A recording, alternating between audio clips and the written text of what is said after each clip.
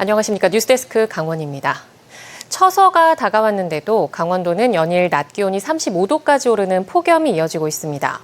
이런 가운데 상당수 동해안 해수욕장이 예산 문제로 예정대로 문을 닫았고 일부 해수욕장만 연장 운영에 들어갑니다. 홍한표 기자가 보도합니다. 절기상 입출이 지나 처서가 코앞으로 다가왔지만 한여름을 방불케 하는 폭염이 이어지고 있습니다. 인제 신남이 38.6도, 양구가 36.2도까지 올랐고 춘천 35도, 원주 34.7도, 강릉은 34.2도를 기록했습니다. 제9호 태풍 종다리가 한반도 주변을 지나지만 폭염을 해소하는 여느 태풍과는 달리 습하고 더운 열기를 몰고 올 것으로 전망됩니다. 비가 내리는 지역은 기온이 일시적으로 하강하겠습니다. 비가 그친 후 덥고 습한 북태평양 고기압의 영향을 받게 되어 폭염과 열대야는 계속 이어지겠습니다. 자결하는 태양이 내리쬐는 강릉 경포 해수욕장. 적지 않은 피서객이 바닷물에서 더위를 식히고 있습니다. 지금 시각은 오후 3시 20분인데요. 지금 현재 강릉의 기온은 33.6도를 기록하고 있습니다. 한여름 더위가 계속되고 있지만 이미 해수욕장 운영을 마친 터라 관광객들은 아쉬움을 나타냅니다.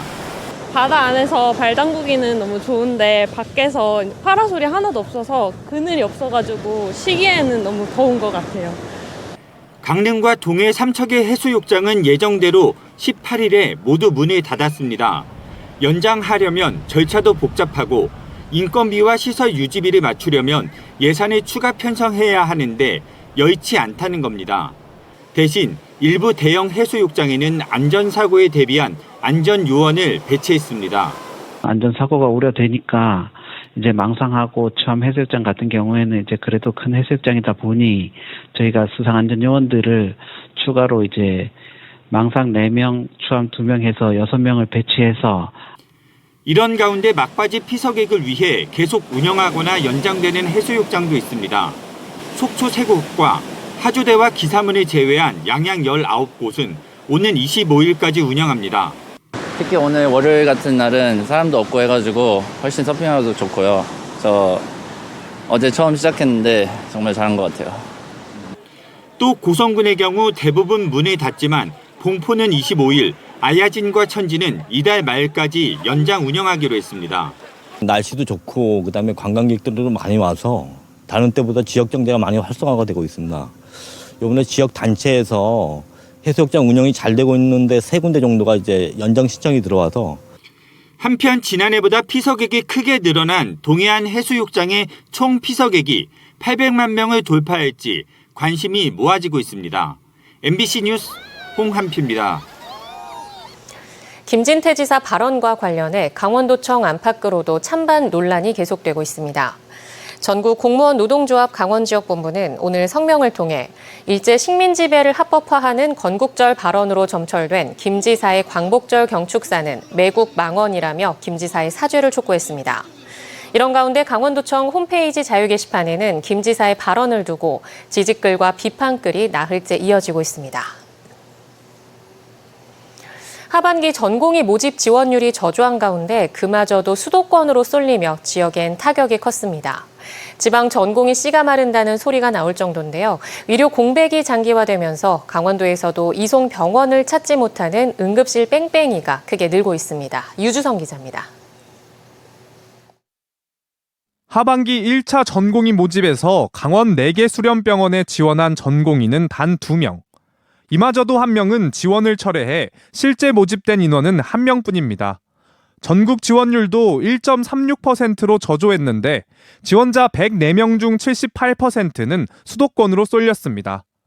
정부가 전공의 모집에 권역 제한을 풀면서 지방 전공의 씨가 마를 거란 우려가 현실이 된 겁니다. 기대보다 저조한 지원율에 정부가 지난 16일까지 2차 모집을 독려했지만 이번에도 강원 지역 지원자는 미미한 것으로 알려졌습니다.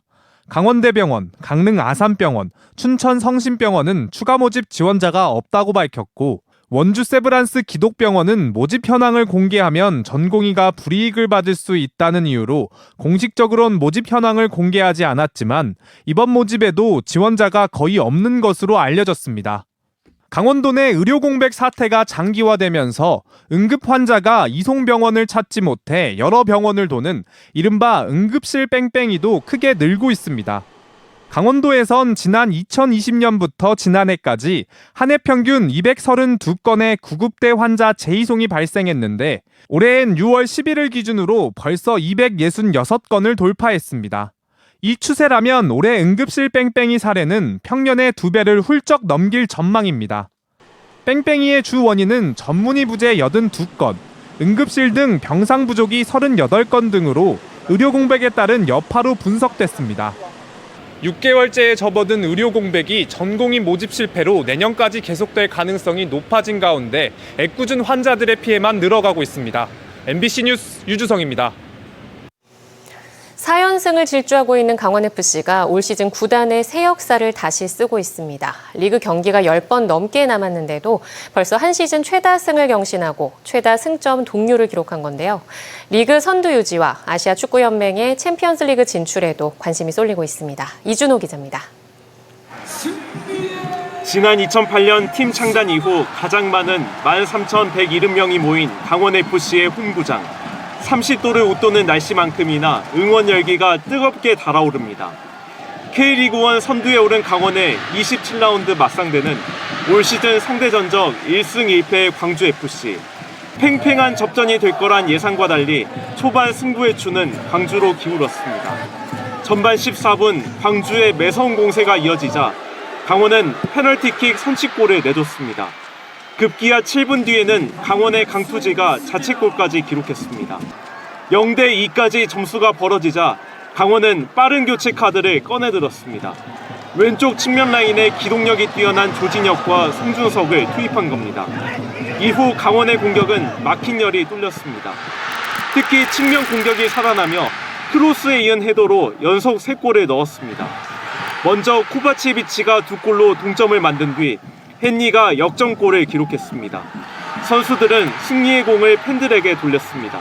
It really motivates us that they are coming in such a number every game, and they're really important for us. 이번 경기 승리로 강원은 구단의 새 역사를 다시 썼습니다. 리그 11경기를 앞두고 있지만 벌써 한 시즌 최다 승인 15승과 최다 승점 동률 기록인 50점을 달성한 겁니다. 하지만 강원FC의 윤정환 감독은 아직 승리가 목마릅니다. 돌아가서 다시 한번 좀 돌이켜보고 저희들이 오늘 뭘 못했는지 왜 그랬는지를 좀 생각해보고 좀 더 분석해서 준비를 해야 될 것 같습니다. 이대로 리그 3위 안에 든다면 강원FC는 내년에 아시아 축구연맹의 챔피언스 리그 진출도 가능합니다. 다만 정규 라운드의 남은 6경기와 상하위 팀끼리 맞붙는 파이널 라운드 5경기를 잘 치르는 게 무엇보다 중요합니다. 강원은 이번 주 토요일 저녁 7시 반에 FC 서울과의 원정 경기를 치르는 등 남은 경기에서도 새 기록을 써내려갈지 주목됩니다. MBC 뉴스 이준호입니다. 고성의 반려동물 동반 해수욕장이 문을 열었습니다. 관광객 유치에 어려움을 겪던 주민들은 피서 처리 끝나도 댕댕이 해수욕장 운영이 이어지는 11월까지는 반려가족이 계속 찾아올 거라 기대하고 있습니다. 이하라 기자가 취재했습니다. 잔망스러운 발장구로 파도를 거스르는 강아지들. 오늘 처음 만난 친구들과 백사장을 가로지르며 눈치 보지 않고 마음껏 짖어도 봅니다. 반려동물 동반 해수욕장으로 문을 연 고성 밤비치입니다. 개장한 지 보름여 지났지만 입소문을 타고 하루 50여 가족이 밤비치를 찾고 있습니다. 강아지 키운 지 5년 정도 됐는데요. 여태 같이 어디 놀러 가기도 힘들고 그랬는데 여기 처음 와보니까 강아지랑 함께 들어올 수 있어서 너무 좋고 앞으로 이런 데가 좀 더 많이 생겼으면 좋겠습니다. 안전사고 방지를 위해 반려동물 무게에 따라 출입할 수 있는 해변 구역을 나눴고 전용 온수 샤워장 등 편의시설도 갖췄습니다. 인근 속초와 고성 지역의 대형 호텔들이 잇따라 들어서면서 이젠 7월 말 8월 초 반짝 특수를 제외하고는 점점 관광객들의 발길이 뜸해지던 작은 민박촌이지만 이젠 반려동물과 함께 투숙할 수 있는 새로운 민박 서비스로 마을 경기 활성화를 기대하고 있습니다.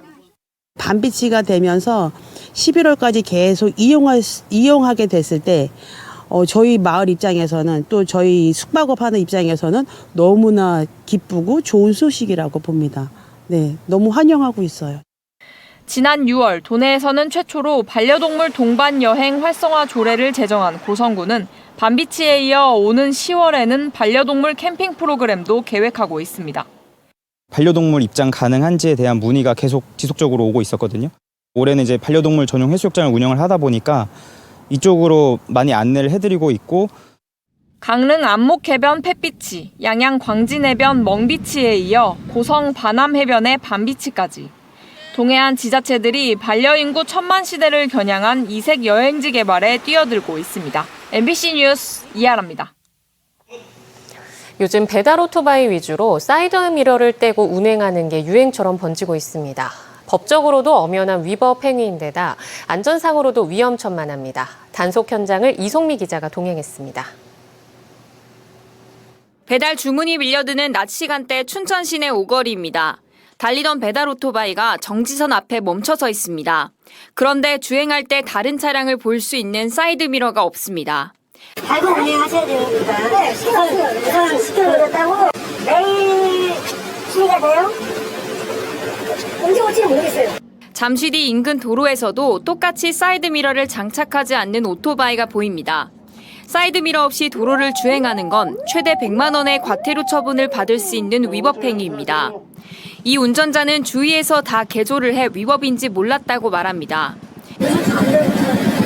배달업체 앞 주차장은 물론 길가 곳곳에서도 사이드미러를 장착하지 않은 오토바이를 쉽게 찾을 수 있습니다. 단속을 한 지 1시간 30분 만에 10대가 넘게 적발됐습니다. 도로를 함께 달리는 다른 운전자들은 불안할 수밖에 없습니다. 차선 변경 같은 자기가 좀 그걸 알아야 되는데 그걸 몰라 아예. 그냥 지나가거든. 시야 확보가 어려운 심야 시간대나 비가 올 때 사고 위험은 더 커질 수밖에 없습니다. 차선을 변경할 경우에 후방에서 오는 차량들을 발견할 수 없어 추돌 위험이 아주 큽니다. 법 자체를 모르는 경우가 종종 있어서 저희가 계도까지도 같이 병행해서 최근 3년 동안 이륜차 사고로 숨진 사람은 1,400명. 경찰은 지자체와 합동으로 불법 이륜차 단속을 강화하고 배달업체를 대상으로 계도 활동을 벌이기로 했습니다. MBC 뉴스 이송미입니다. 강원도 인구 감소 지역 12곳의 생활인구가 주민등록인구의 7.4배 수준이라는 연구 결과가 나왔습니다. 강원연구원에 따르면 도내 인구 감소 지역 12곳의 연평균 체류인구는 338만 명으로 12곳의 인구 합계 46만 명의 7.4배에 달했습니다. 월별 체류인구를 보면 피서철인 8월에 10.6배로 가장 높았고 새학기 시즌인 3월에 5.2배로 가장 낮았습니다. 연평균 체류인구가 특히 높은 곳은 평창군, 양양군, 고성군 등 관광 지역으로 나타났습니다. 올여름 역대급 폭염이 지속되는 가운데 전국 해역은 물론 동해에서도 자연재해가 동시다발적으로 나타나고 있어 각별한 주의가 요구됩니다. 해양수산부 국립수산과학원에 따르면 현재 전국 해역에서 고수온과 해파리, 적조, 산소 부족 물덩어리, 냉수대, 저염분수 6개 자연재해가 동시다발적으로 나타나고 있습니다. 동해에서도 폭염으로 인한 고수온에 기록적으로 늘어난 해파리, 그리고 소멸과 발생이 반복적인 냉수대 등이 발생하고 있습니다. 특히 연안의 표층 수온이 주변 해역에 비해 8도 안팎으로 낮은 냉수대 주의보가 발령돼 수온의 급격한 상승과 반복으로 인한 피해가 예상되고 있습니다. 동해안 전역의 해파리 쏘임 사고와 그물 찢김 피해가 이어지고 있는 가운데 속초시가 해파리 구제 사업을 벌입니다. 속초시는 해파리 구제망을 사용하는 어선 한 척을 빌려 이달 말까지 어업인들과 함께 하루 15마리 50kg가량의 해파리를 제거합니다. 또 이달 말까지 해파리 그물 피해 어구 지원 사업 신청을 받고 어민들의 피해 규모에 따라 예산 2천만 원을 집행한다는 계획입니다. 전세 보증 사고가 다시 증가세로 돌아선 가운데 춘천 지역 빌라 전세가율이 전국에서 가장 높은 것으로 집계됐습니다. 한국부동산원에 따르면 최근 3개월 동안 빌라 전세가율은 춘천이 93.3%로 전국에서 가장 높았습니다. 또 7월 전세가율은 원주 90.3%, 춘천 85.8%, 강릉 82.7%로 매매가 대비 전세가가 80%를 웃돌았습니다. 소위 전세가율이 80%를 넘으면 집을 처분해도 세입자가 보증금을 제대로 돌려받지 못할 가능성이 높아 깡통 전세로 분류합니다. 한편 집주인이 전세 보증금을 제때 돌려주지 않아 발생한 전세 보증 사고가 올해 3조 원 규모로 발생한 가운데 올해 2월부터 감소세를 보였지만 7월부터 다시 증가세로 돌아섰습니다. 고성군이 취약계층의 정서적 안정에 도움을 주기 위해 반려동물 진료비를 지원합니다. 대상은 고성군에 주소를 둔 기초생활수급자와 차상위 계층으로 내장 칩으로 동물 등록을 마친 개와 고양이 등의 반려동물 진료비를 지원합니다. 한 명당 연 최대 20만 원이 지원되며 진료 범위는 예방접종을 포함한 건강검진과 치료 등의 질병 진료비입니다. 강릉시가 동물 등록을 하지 않은 반려견주를 대상으로 다음 달 30일까지 동물 등록 자진 신고 기간을 운영합니다. 해당 기간 내에 동물 등록이나 변경 신고를 할 경우 과태료를 면제해주며 신분증을 지참하고 강릉시가 지정한 동물 등록 대행 기관에서 신청하면 됩니다. 현행 동물보호법상 반려 목적으로 개를 키울 경우 2개월 이상 되면 의무적으로 등록해야 하며 등록 의무 위반 시 100만 원 이하의 과태료가 부과될 수 있습니다. 태백시가 올해 하반기 착한 가격 업소를 신규 모집합니다. 태백시는 10월 말까지 태백에 사업장을 둔 개인 서비스 업종을 대상으로 신청을 받아 가격, 위생, 공공성 지표를 심사해 추가 선정하기로 했습니다. 태백시에는 현재 14개 착한 가격 업소가 있고 최근 업소 2곳이 심사 중이며 앞으로 지속적으로 확대 발굴한다는 계획입니다. 강릉시가 자동차세 체납자에게 번호판 영치 예고 안내문을 카카오톡을 통해 발송하는 전자고지 서비스를 개시합니다. 강릉시는 올 상반기부터 카카오톡 전자고시 서비스를 도입한 결과 징수율이 전년 대비 21% 늘어났다며 앞으로 자동차세 체납 차량에 대해서도 이를 시행할 방침입니다. 현재 하반기 체납 차량 가운데 번호판 상시 영치 대상은 8,904건, 15억 2천여만 원에 달합니다. 태백시가 제4기 주민참여예산위원회 위원을 공개 모집합니다. 태백시는 오는 26일까지 예산 편성 과정에 적극 참여할 16명의 위원을 공개 모집하기로 했습니다. 임기는 2년으로 주민참여예산위원회 위원으로 선임되면 태백시의 예산 편성 과정에서 주민들의 의견을 적극 반영하는 역할을 맡게 됩니다. 고성군 간성읍 교동리에서 고성 지역 첫 벼베기가 시작됐습니다. 오늘 수확된 품종은 5대벼로 지난 4월 19일 모내기 이후 123일 만에 수확돼 9월 추석맞이 햅쌀로 판매될 예정입니다. 강원뉴스 마칩니다. 시청해주신 여러분 고맙습니다.